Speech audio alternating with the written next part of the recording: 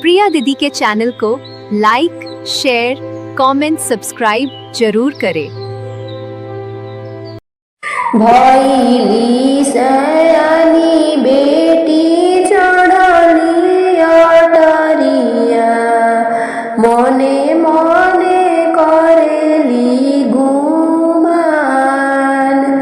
भैली सयानी बेटी चढ़ली अटरिया, मने मने करेली गुमान।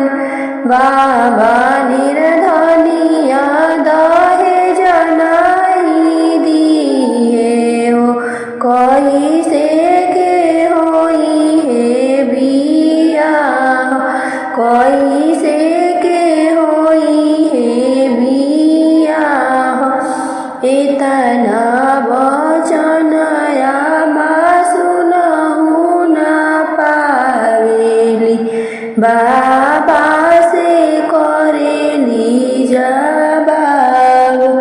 इतना वचन आमा सुनहु ना पावेली, बाबा से करेली जवाब।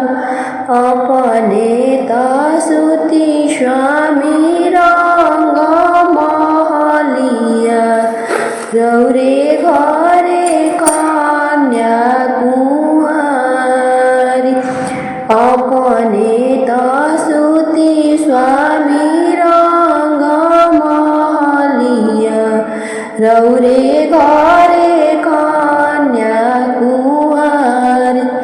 इतना वचन बाबा सुनहु ना पावेले, चली भइले पंडित दुआर, चली भइले पंडित दुआर। एक ओरे बाबा हो लगन सोचिले, एक ओरे बहे नैना लोर। एक ओरे बाबा हो लगन सोचिले, एक ओरे बहे नैना लोर। इतना जतन हम बेटी के कइनी, अब बेटी भइली पाराई। इतना जतन हम बेटी के कइनी, अब